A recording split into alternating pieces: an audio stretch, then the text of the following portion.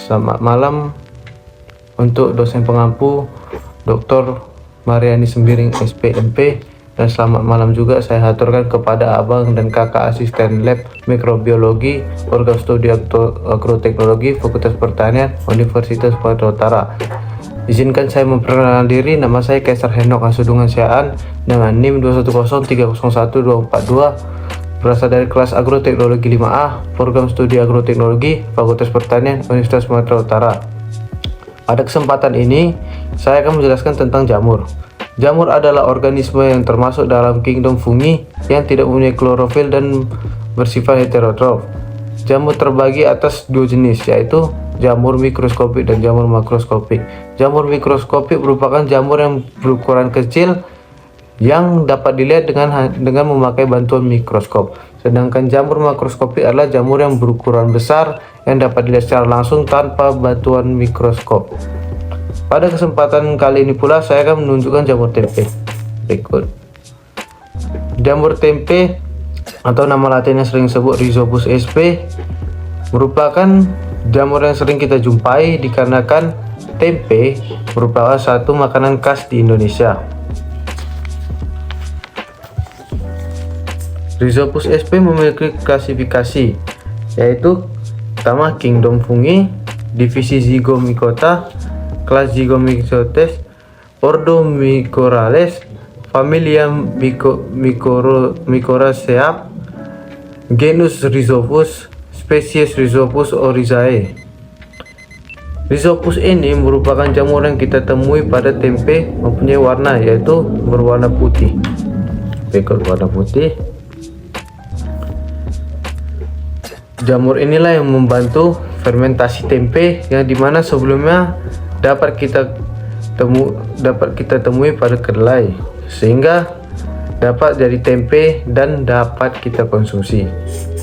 Jamur ini memiliki ciri yaitu hifa yang berbentuk rhizoid yang menempel ke substrat. Ciri lainnya yaitu memiliki hifa koenoistik. Rhizopus memiliki 3 hifa, yaitu pertama stolon, hifa yang membentuk jaringan pada permukaan substrat. Kedua, rhizoid, berfungsi sebagai jangkar untuk menyerang makanan. Dan ketiga, sporangiofom, hifa yang tumbuh tegak dan memiliki sporangium glower di ujungnya.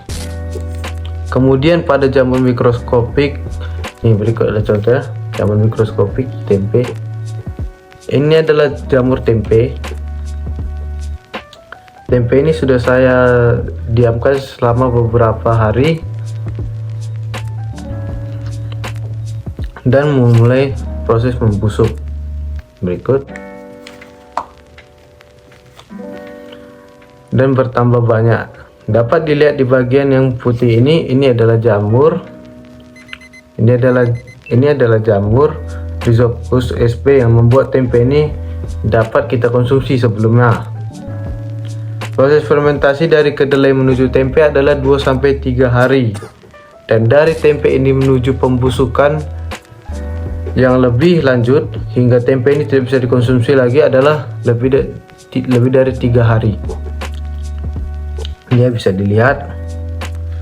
Sebelumnya tempe yang masih bisa dikonsumsi dan layak dikonsumsi memiliki kadar Rhizopus yang sedikit dan masih terlihat kacang kedelainya. Ini kacang kedelainya.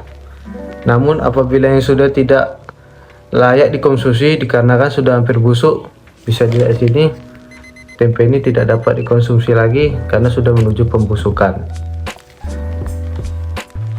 Dan kemudian pada kesempatan ini saya akan menjelaskan tentang jamur makroskopik. Pada kesempatan kali ini saya telah membawa contoh jamur makroskopik, yaitu jamur tiram. Ikut. Jamur tiram ini sering kita jumpai di pohon-pohon yang batangnya sudah menuju pembusukan dan dapat dijumpai juga di pasar-pasar. Jamur ini merupakan salah satu jamur yang dapat dikonsumsi, namun ada juga jenis dari jamur ini yang tidak dapat dikonsumsi. Berikut saya sudah membawa contoh jamur tiram. Ya. Kebetulan jamur ini tidak dapat dikonsumsi dikarenakan sudah layu dan warnanya sudah redup. warnanya sudah redup. Sementara jamur yang dapat dikonsumsi adalah jamur yang berwarna putih cerah dan kondisinya bersih. Adapun karakteristik dari jamur tiram ini adalah memiliki tangkai yang tumbuh ke samping, berikut. Kemudian strukturnya seperti tiram, sehingga jamur tiram ini benar nama binomial Pleurotus osteorotusnya. Bagian tudung dari jamur tiram ini, berikut bagian tudungnya, tidak hanya warna putih saja, seperti contoh berikut. Tiramnya ini sedikit berwarna kekuningan layu, bahkan ada juga tudung dari jamur tiram yang berwarna coklat menuju kehitaman.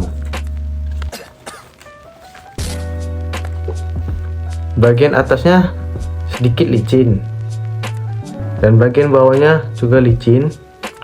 Kebanyakan jamur ini kita temui seperti saya bilang tadi di batang-batang pohon yang sudah membusuk, dapat juga ditemui di hutan lepas dan juga di pasar-pasar. Baiklah, sedikit dari banyaknya video saya mengenai jamur mikroskopis dan jamur makroskopis. Jika ada kesalahan kata, mohon dimaafkan, dan jika ada kekurangan, mohon diberikan kritik yang positif untuk membangun. Sekian dan terima kasih.